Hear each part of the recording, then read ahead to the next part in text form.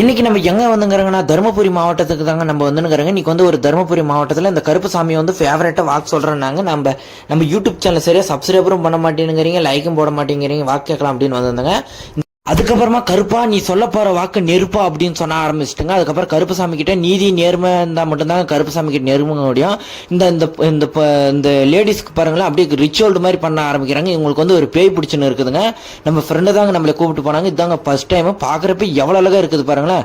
நானும் இப்படி அசந்து பார்க்க ஆரம்பிச்சிட்டு என்னென்ன பண்றீங்கன்னு கேட்டேன். அந்த அண்ணா கிட்ட தனியாக ஒரு பேட்டி எடுத்துங்கிறங்க. அது அடுத்த வீடியோவில் நம்ம காட்ட பாருங்க. இந்த பெண்மணி அதுக்கப்புறமா இந்த அக்காவுக்கு ரிச்சுவல் மாதிரி பண்ண ஆரம்பிச்சிட்டுங்க, சாமி அறிக்கிட்டுங்க. அதுக்கப்புறமா அது இது எது வழங்கும் 100% ஃபுட் பாயிண்ட் யூடியூப் சேனல் மறக்காத கமெண்ட் பாக்ஸ்ல கமெண்ட் பண்ணிருங்க. Food point YouTube channel subscribe பண்ணிருங்க.